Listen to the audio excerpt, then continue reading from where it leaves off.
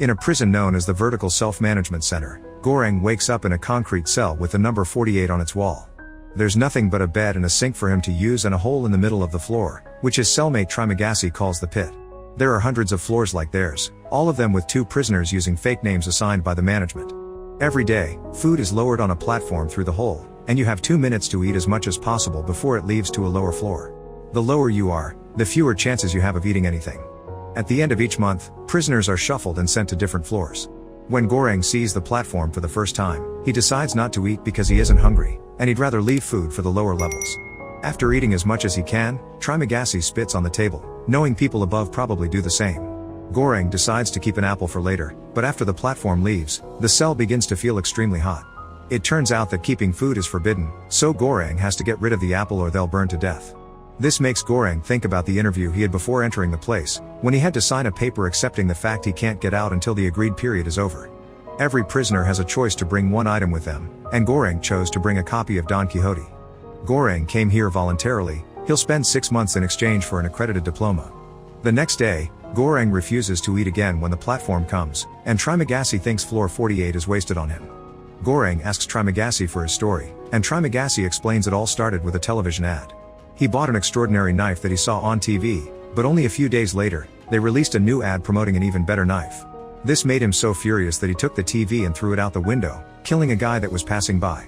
Trimagasi was given a choice between a psychiatric hospital and the hole, so here he is. The lowest he's gone was 132, thus he knows there are more floors than that because he could see them below. No food reaches the lower levels, and a month down there isn't that bad. The problem is when you get 2 lower levels in a row. Goreng is scared of this possibility and tries to talk to the people on the other floors to ask them to ration their food, but he's ignored. Trimagasi replies by pissing into the lower floor. He also reveals that the item he chose to bring with him is the knife he bought from TV. The next time the platform comes by, Goreng finally begins to eat. He also sees a person from the upper levels fall through the hole, and Trimagasi says this is very common but nobody will do anything about it. Trimagasi tells Goreng about all the floors he's been on and mentions they'll be together next month. Goreng realizes that cellmates are kept together when they're shuffled and finally understands Trimagasi ate his previous cellmate when he was on the lower floors. When the platform comes by again, Miharu is sitting on it. Goreng worries about her because he notices she's injured, but Trimagasi tells him to ignore her. Miharu comes down the hole once a month to look for her missing child. She also kills every cellmate she gets in order to have more chances to be paired with her child the following month. The guy they saw falling was probably her victim. Trimagasi then explains that unlike her, he never killed anyone, he just ate the body that fell on his floor. When the platform goes to the next level, the prisoners try to take advantage of Miharu. Goreng yells at them to leave her alone, but it isn't necessary. Miharu just kills them and returns to the platform. When the month reaches its end, the prisoners are put to sleep with gas and shuffled around. When Goreng wakes up, he finds himself tied to his bed on floor 171. Trimagasi explains he tied Goreng up because he's younger and stronger, so Trimagasi has to protect himself. Screaming can be heard from the other floors that indicate people reacting to their new levels, and when the platform comes, there's not even a crumb left. After 8 days, Trimagasi announces it's finally time for him to get some food. Ignoring Goreng's pleas for mercy, Trimagasi uses his knife to get some meat from Goreng's thigh, but before he can eat it, the platform arrives, bringing Miharu with it. Miharu remembers how much Goreng worried about her and jumps on Trimagasi, attacking him with his own knife. Then she frees Goreng and hands him the knife so he can use it to finish Trimagasi off. Goreng passes out after that, and he wakes up later to find himself on the bed. Miharu has bandaged his leg with a piece of bed sheet, and she's now eating Trimagasi. She brings some meat to Goreng who accepts after some hesitation. She also brings him some water before leaving on the platform without a word. Days pass and Trimagasi's body begins to rot, giving Goreng the chance to feed on worms too. Goreng also begins hallucinating, seeing Trimagasi's ghost judge him as he eats. At the end of the month, gas takes over the cell and Goreng dreams of being with a woman again while Miharu watches. When he wakes up, he discovers that the one licking him is a dog. To Goreng's shock, his new cellmate is Imogiri, the woman that did his interview when he volunteered to enter this prison. The dog is the item she chose to bring with her, and they're now on level 33. Goreng remembers the day of the interview and how Imogiri made creepy pauses between questions. In the present, Imogiri explains she volunteered as Goreng did, and that she didn't know people died here. As far as she knows, there are 200 levels, and when Goreng explains there isn't enough food for all the people here, Imogiri points out that the amount of food would be fine if people only ate what they needed. Something that fosters a spontaneous sense of solidarity needs to happen, but Goreng finds the idea ridiculous. He does wonder if change could be achieved by the death of a child, but Imogiri's sure that company policy doesn't accept under 16s. When the platform brings them food, Imogiri only eats what she needs, and after giving some to her dog, she begins preparing 2 rations of food. Once the platform reaches the lower level, Imogiri tries to reason with the prisoners, telling them to eat the rations she prepared and make 2 more for the next level to pass on the message. Obviously she is completely ignored, and Goreng points out that the administration doesn't actually want solidarity to happen. Imogiri hates that Goreng thinks all administration is bad because she worked for them without issues, but Goreng replies that being a former worker gave her the privilege of choosing her cellmate. Imogiri doesn't give up and keeps on trying to ration the food every day, but she continues to be ignored by the lower levels. 2 weeks later, Goreng finally gets tired of all her yelling and tells the people that if they don't follow Imogiri's instructions, he'll relieve himself on the food every day and they'll have to eat poop. The threat works and the prisoners start passing the messages to the lower levels. Sometime later, the platform comes down with an unconscious Miharu on it. Goreng and Imogiri put her on a bed and take care of her while the dog steals some food.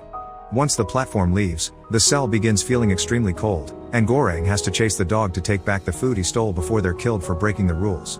In the evening, Goreng leaves the bed to Miharu and sleeps on the floor, only to wake up to find the girls fighting. It turns out Miharu killed the dog to eat him.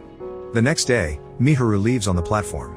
Goreng tells Imogiri about Miharu's search for her child, but Imogiri explains Miharu came alone 10 months ago. She was an actress with no family that volunteered to come just like Goreng. Imogiri sent people down here without knowing how bad it was, and she's been fighting cancer for 3 years. When she discovered she lost that fight, she volunteered to come because she thought she could make a difference, but she doesn't care anymore. On their last day on floor 33, Goreng tries to make Imogiri eat something because they may not have food tomorrow, but Imogiri is too depressed to leave the bed. The next morning, Goreng wakes up to discover he's on floor 202, meaning there are more levels than Imogiri knew about. Such revelation was too much for Imogiri to handle and used her bedsheets to end things for herself. At that moment, Trimagasi's hallucination appears again, wondering if Goreng will eat his new friend. This time he's joined by Imogiri and her dog, who insist he should eat her body. Goreng tries his best to ignore their constant rambling, and he tries to keep himself busy with other things. He tricks his stomach by eating pages of his book, and he takes a plate shard to start counting the days on the wall. Eventually the hunger becomes too much though, and Goreng finally begins feeding on Imogiri while Trimagasi guides him on where to cut. Sometime later, the next shuffle comes and Goreng is pleased to discover he's on floor 6. The person on the other bed is Miharu, who comes after him with a knife, but this turns out to be just a dream. Goreng's new cellmate is actually Baharat, whose chosen item was a rope. Baharat is very excited because he thinks he can climb all the way to the top from here, and he asks the people on level 5 for help. The couple above teases him before accepting to grab the rope, but when Baharat starts climbing, the other prisoner lowers her pants and defecates on Baharat's face. Shocked and disgusted, Baharat lets go of the rope and falls. Goreng catches him just in time, but the rope is lost in the hole. When the platform comes, they have to eat while listening to the prisoners on level 5 get frisky. As time passes, the hallucinations of Trimagasi and Imogiri show up again. Trimagasi says Goreng is doing great because he only has 1 more month to go, and Imogiri reminds him that change never happens spontaneously. This inspires Goreng to think of a plan, and he asks Baharat for help. They should jump on the platform with whatever weapon they can find, and make sure people ration the food so that everyone can eat. Goreng did the math when he was on floor 202, and judging by the time the platform takes to move, he thinks there are around 250 levels, which should be doable. Baharat accepts to work together and they break a bed to use its pieces of metal like weapons. The two of them jump on the platform and go to level 7, where Goreng points out they shouldn't allow the prisoners to grab anything. These people ate yesterday and will eat tomorrow for sure, so they should only start handing out food after level 50, which are the people having trouble. Baharat hesitates because these prisoners are his friends that helped him climb up some weeks before, but as soon as the old man reacts furiously, Baharat sees Goreng's point and begins helping him keep everyone away. The pair keeps going down while threatening people to keep the food untouched. After a few more floors, Baharat is shocked to come across Brambang, an old wise man that Baharat respects. Brambang approves of what the boys are trying to do, but he points out that the administration doesn't have a conscience and won't care if they succeed, but perhaps the workers on level 0 will, so they need a symbol. Baharat and Goreng choose the panna cotta because it's a very luxurious dish and will cause quite an impression if it arrives untouched to the bottom. The mission continues as they keep going down, keeping the panna cotta safe while keeping people away with threats. Once they reach level 50, Baharat and Goreng begin handing out rations of food, and people are extremely grateful. On level 97, they find a sick old man and a mentally disabled boy. Goreng tries to feed the old man some soup, but the boy tells them not to bother because he'll kill the man later anyway to feed on him. The next level only has a body on it, and Goreng guesses this is where Miharu woke up. The platform doesn't stop here because there aren't any living people, which means Goreng's calculations were wrong and there are more than 250 floors. On the following floor, they find two men attacking Miharu. One of them has a sword and the other is huge and burly, so when Goreng and Bharat jump in to help the girl, it is extremely hard to defend themselves.